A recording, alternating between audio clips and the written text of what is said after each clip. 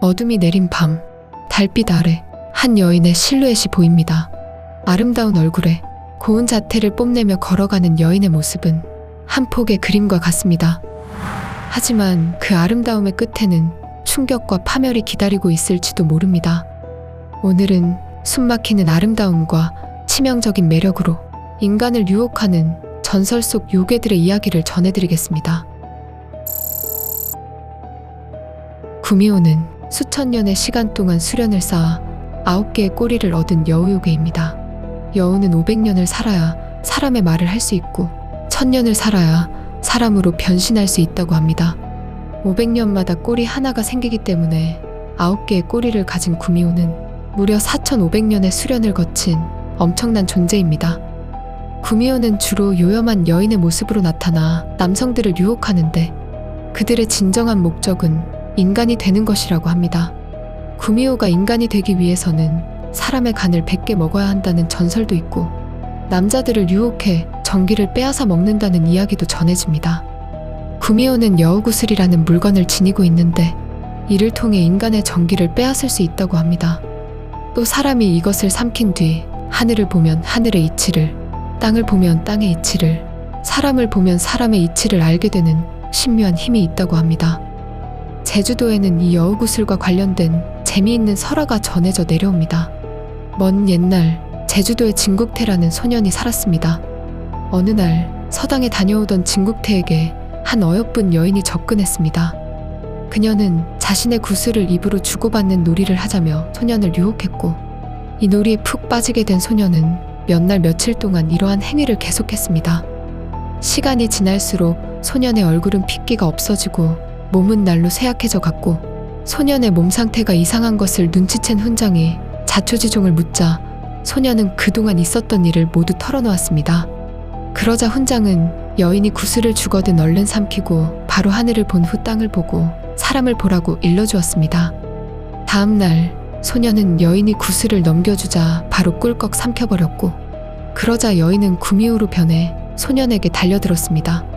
깜짝 놀란 소년은 훈장님의 말은 잊고 그대로 도망치기에 급급했습니다.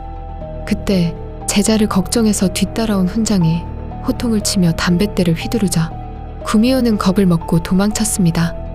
훈장이 소년에게 자신이 말한 대로 했냐고 묻자 소년은 너무 무서운 나머지 하늘도 땅도 보지 못하고 그대로 내달리다가 스승님만을 보았다고 고백했습니다.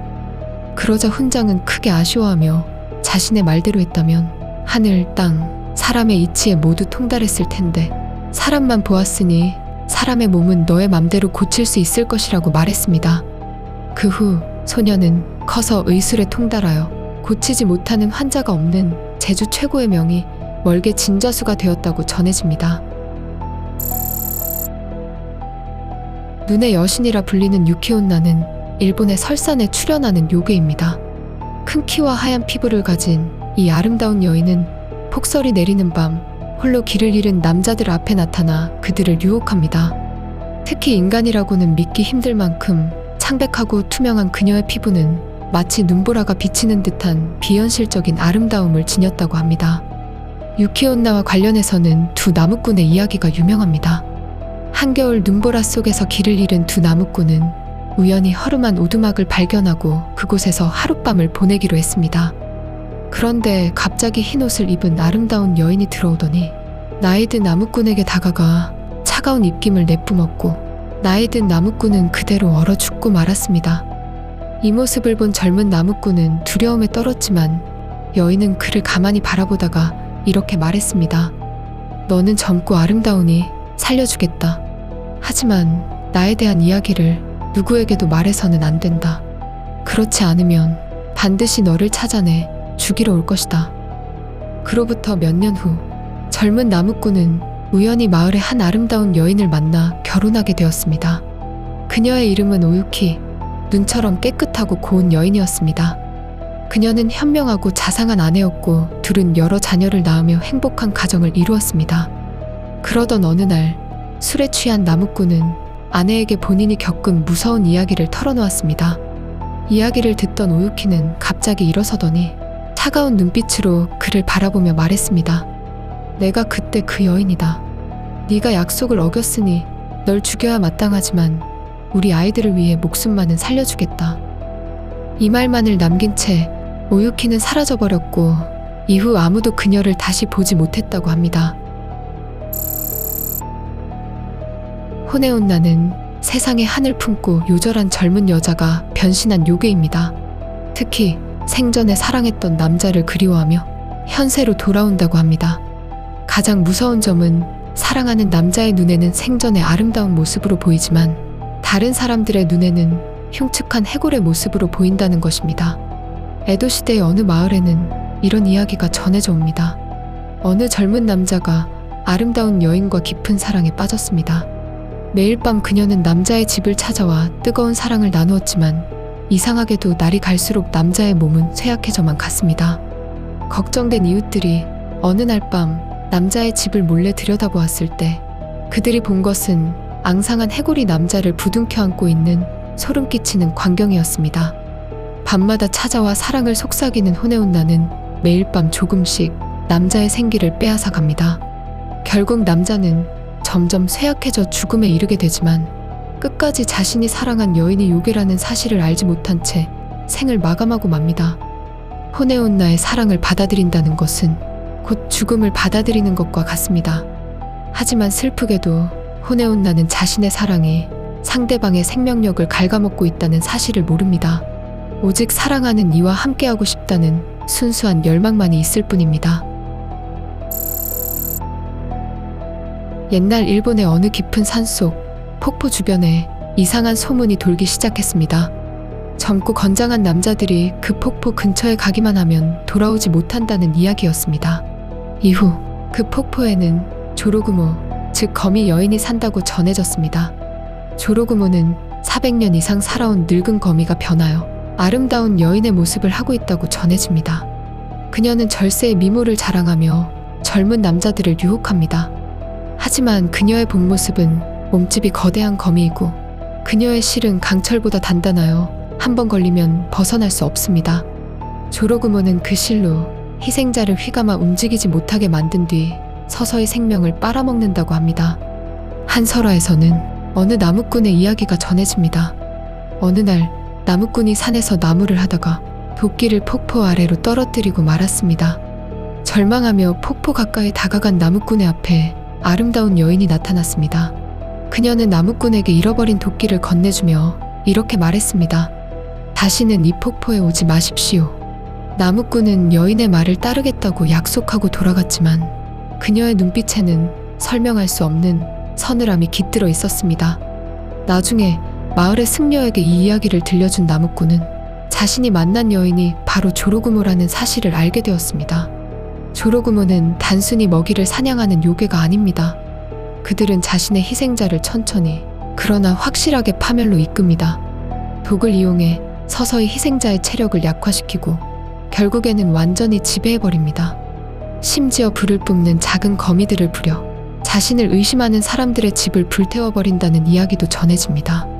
더욱 무서운 것은 조로구모가 한 지역에서 수년 때로는 수십 년간 활동할 수 있다는 점입니다. 도시 한복판에서 수백 명의 젊은이들을 희생시키고도 발각되지 않은 채 살아간다고 합니다. 그리고 그들의 거처에는 희생자들의 앙상한 뼈가 산처럼 쌓여 있다고 합니다. 중세 유럽의 어둠 속에서 태어난 악마 서큐버스는 남성들의 꿈속에 나타나 그들을 유혹하고 그 대가로 전기를 갈취하는 악마입니다. 참고로 서큐버스라는 이름의 어원은 라틴어로 아래에 눕다 라는 뜻의 수쿠바레입니다. 서큐버스는 보통 육감적이고 매혹적인 여인의 모습으로 나타나지만 때로는 박쥐의 날개나 뿔, 꼬리 같은 악마의 특징을 지니기도 합니다. 하지만 그들의 진정한 무서움은 단순히 외모가 아닌 영혼을 빼앗는 치명적인 매력에 있습니다. 서큐버스는 꿈속에서 남성을 유혹해 그의 정기를 빼앗아 생명을 유지합니다. 남성들은 꿈속에서 느끼는 황홀함에 점점 빠져들지만 현실에서는 점점 쇠약해져 결국 목숨을 잃게 됩니다. 유대교의 전승에서는 릴리스라는 최초의 서큐버스가 등장합니다. 아담의 첫 번째 아내였던 그녀는 에덴 동산을 떠나 악마가 되어 돌아왔고 이후 대천사 사마엘과 결합하여 수많은 서큐버스를 낳았다고 전해집니다. 1486년에 쓰여진 마녀의 망치에는 서큐버스의 활동이 자세히 기록되어 있습니다. 그들은 밤마다 남성들의 꿈속에 나타나 영혼을 타락시키고 결국에는 생명력마저 앗아간다고 합니다. 더욱 무서운 것은 서큐버스에게 홀린 남성이 그들의 하수인이 되어 다른 이들을 유혹하는 존재로 변한다는 것입니다. 중세의 많은 성직자들은 서큐버스의 힘을 막기 위해 끊임없이 노력했습니다. 기도문과 성수, 십자가 등으로 그들을 물리치려 했지만 서큐버스의 유혹은 너무나 강력했습니다. 결국 많은 수도원에서는 밤중에 홀로 있는 것을 금지하고 둘 이상이 함께 있어야 한다는 규칙을 만들었다고 합니다. 이처럼 서큐버스는 외로움과 고독에 시달리는 남성들을 주로 노립니다. 그들의 심리적 허점을 파고들어 완벽한 연인의 모습으로 다가가고 희생자가 완전히 매료된 후에는 영혼을 서서히 갉아먹기 시작합니다.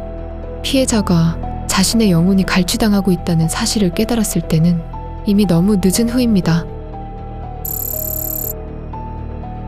그리스 로마 신화에 등장하는 여성 요마 라미아는 상반신은 절세의 미인이지만 하반신은 뱀의 형상을 한 괴물입니다. 아이들을 잡아먹는 습성을 지녔으며 아름다운 목소리로 남자들을 유혹하여 피를 빨아먹거나 잡아먹는다고 전해지죠. 하지만 라미아가 처음부터 무서운 요마였던 것은 아닙니다. 원래 리비아의 아름다운 여왕이었던 라미아는 제우스의 사랑을 받아 여러 아이를 낳았지만 질투에 눈이 먼 헤라 여신의 저주로 인해 괴물이 되어버렸고 그녀가 낳은 아이들도 모두 죽임을 당했습니다. 절망에 빠진 라미아는 결국 미쳐버렸고 이후 아이들을 잡아먹는 괴물로 변했다고 전해집니다. 3세기의 기록에는 이런 이야기도 전해집니다. 철학자 아폴로니우스의 제자 중 한 명이 아름다운 미망인과 사랑에 빠져 결혼을 약속했습니다. 호화로운 결혼식이 준비되었고 신부는 눈부시게 아름다웠습니다. 하지만 스승인 아폴로니우스는 그 화려한 결혼식장과 값진 보석들이 모두 환영이라는 것을 간파했습니다. 아폴로니우스가 신부를 다그치자 그녀는 울면서 자신이 라미아라는 것을 실토했습니다. 젊은 신랑의 생명력을 모두 빨아먹고 마지막에는 몸까지 먹어치울 계획이었다고 합니다. 눈물로 자신의 정체를 밝히지 말아달라 애원했지만 아폴로니우스는 그녀의 말을 들어주지 않았습니다. 그 순간 화려했던 결혼식장과 보석들은 물론이고 라미아의 모습까지 모두 사라져버렸습니다. 영국의 전설에는 묘지에 출연하는 라미아의 이야기가 전해집니다. 그녀는 도움이 필요한 아름다운 여성으로 위장하여 젊은 남자들을 유혹하지만 실제로는 그들을 죽음으로 이끄는 존재였습니다. 전설에 따르면 묘지에서 도움을 청하는 아름다운 여인을 보게 되면 그녀에게 말을 걸어보라고 합니다. 라미아는 뱀의 혀를 가졌기에 말을 할 수 없고 단지 쉬쉬거리는 소리만 낼 수 있기 때문입니다. 휘감는 자, 옴짝달싹 못하게 얽어매는 자 라는 뜻을 가진 세일에는 지중해의 외딴 섬에 살면서 아름다운 노랫소리로 지나가는 배의 선원들을 유혹하고 배를 난파시키는 무서운 존재들입니다. 세일에는 고대 그리스 신화에서 아름다운 얼굴과 인간 여성의 몸, 그리고 새 날개를 가진 존재로 묘사됩니다. 하지만 시간이 지나면서 상반신은 인간의 모습이고 하반신은 물고기의 형상을 한 인어 같은 모습으로 변형되어 전해지게 되었습니다. 세일랜들의 아버지는 강의신 포타모이 중 하나인 아켈로우스이며 어머니는 뮤즈 테르프시코레 또는 멜포메네 혹은 스테로페라는 전승이 있습니다. 또 다른 전승에서는 바다의 신들인 포르키스와 케토의 딸이라고도 합니다. 일반적으로 세일에는 세자매 혹은 네자매로 알려져 있는데 파르테노페, 리게이아, 레우코시아라는 이름이 전해지고 있습니다. 호메로스의 서사시 오디세이아에 등장하는 이야기는 세일엔의 전설 중에서도 가장 유명한 이야기입니다. 트로이 전쟁을 마치고 고향으로 돌아가던 오디세우스는 항해 중 세일엔의 섬을 지나게 되었습니다. 오디세우스는 이에 대비해 마녀 키르케의 조언을 받아들여 밀랍으로 선원들의 귀를 막고 자신의 몸을 배에 묶었습니다. 결국 배는 안전하게 섬을 벗어났고 세일엔들은 자신들의 노래가 통하지 않자 스스로 바다에 몸을 던졌다고 전해집니다.